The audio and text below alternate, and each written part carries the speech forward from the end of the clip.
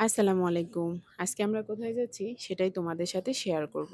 আজকের ব্লগ শুরু করছি মিরপুর ১০ মেট্রো স্টেশন থেকে, যেখান থেকে আমাদের সুন্দর একটি দিনের যাত্রা শুরু হয়। এখানে এসেই ১ম মূলত কাজ হচ্ছে আমাদের টিকিট কেটে নেওয়া। কেটে নেওয়ার পরেই আমরা চলে গেলাম মেট্রোর এখানে। যাওয়ার পরেই কিছুক্ষণের মধ্যেই আমাদের মেট্রো চলে আসলো। তো যাত্রা শুরু সবার মধ্যে ছিল অনেক আনন্দ, বিশেষ করে আমার ছেলের ভিতরে। ভীষণ খুশি ছিল। মেট্রোলে উঠে জানালার বাহিরে তাকিয়ে চারপাশের দৃশ্য দেখতে, দেখতে খুবই আরামদায়ক জার্নিটা ছিল। কিছুক্ষণ পর আমরা উত্তরা সেন্টারে নেমে এই তো সাদের পাপার সাথে দেখা হয়ে গেল। আমরা রিকশায় করে যাচ্ছিলাম, সাদ বাচ্চা তার পাপার বাইকে করে যাচ্ছিল। কোথায়? সূর্যমুখী ফুলের বাগানে। রিকশায় বসে হালকা বাতাস আর শান্ত পরিবেশ উপভোগ করতে, করতে আমরা এগিয়ে যাই। আর আমার ছেলে বারবার জিজ্ঞেস করছিল, কখন আমরা ফুলের বাগানে পৌঁছাবো? অবশেষে আমরা চলে গেলাম সূর্যমুখী ফুলের বাগানে। পৌঁছে আমরা যেন এক অন্যরকম সৌন্দর্যের মাঝে হারিয়ে যাই।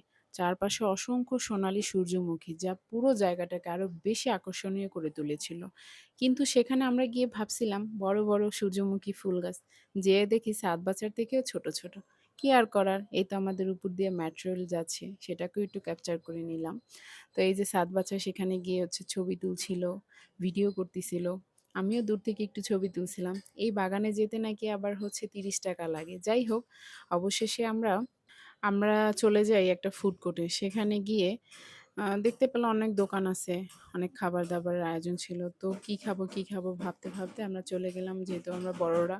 তো এখানে হচ্ছে একটু মোমো অর্ডার করলাম। সাত বাচ্চার জন্য ফ্রেঞ্চ ফ্রাই অর্ডার করছিলাম। তো ভালোই লাগছিল বিকেলটা, খারাপ না। সাত বাচ্চার বাবা যেহেতু ওখানেই ছিল। তো আমরা হচ্ছে খাওয়া-দাওয়ার জন্য ওয়েট করছিলাম। যেহেতু খাবার অর্ডার দিয়েছি। খাবার অর্ডার দেওয়ার পর কিছুক্ষণ পরেই আমাদের চলে আসলো মোমো। অবশেষে আমরা মোমো খাচ্ছিলাম সবাই মিলে। তো মোমোটা আসলে অত ভালো ছিল না। কিন্তু যাক, আলহামদুলিল্লাহ, রিজিকে যা থাকে মানুষ তাই ওটা খায়।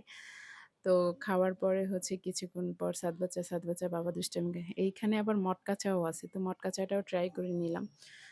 ভালোই ছিল খুব। আলহামদুলিল্লাহ, খারাপ না। তো মটকা চা খাওয়া-দাওয়ার পরে এই তো সাত বাচ্চা আবার ফ্রেঞ্চ ফ্রাই খাবে। সাত বাচ্চার জন্য আবার ফ্রেঞ্চ ফ্রাই অর্ডার দেওয়া হচ্ছিল। তো সাত বাচ্চা ওয়েট করতেছিল তার কখন ফ্রেঞ্চ ফ্রাই আসবে। ফ্রেঞ্চ ফ্রাই আসে না, বারবার বলতেছিল, "কখন আসবে, কখন আসবে?" মানে অধৈর্য হয়ে গেছে। বাচ্চাদের আরকি যা হয়। তো যাই হোক, আমরা সবাই মিলে হচ্ছে চাটা খেয়ে নিলাম। কিন্তু আমার মটকা চাটা পড়ে গেছিল। মানে দুঃখের বিষয়, আমি আর খেতে পারি নাই। তো যাই হোক, সাত বাচ্চার বাবা বারবারও জিজ্ঞাসা করছিল, "কখন সাত বাচ্চার?" এই তো সাত বাচ্চার ফ্রেঞ্চ ফ্রাই চলে এসেছে। আসলেই বাচ্চাদের খাওয়া-দাওয়া দেখলে বাবা-মারও একটা অন্যরকম শান্তি মানে কাজ করে আরকি। এটা আ মানে সাত বাচ্চার খাবার দেখলেই আমরা খুব মানে আনন্দ পাই যে আসলে ও খাচ্ছে। আসলে খুব ভালো লাগে বাচ্চাদের খাবার দেখলে। এই তো এই পর্যন্তই আজকে। সবাই ভালো থাকবে। আল্লাহ হাফেজ।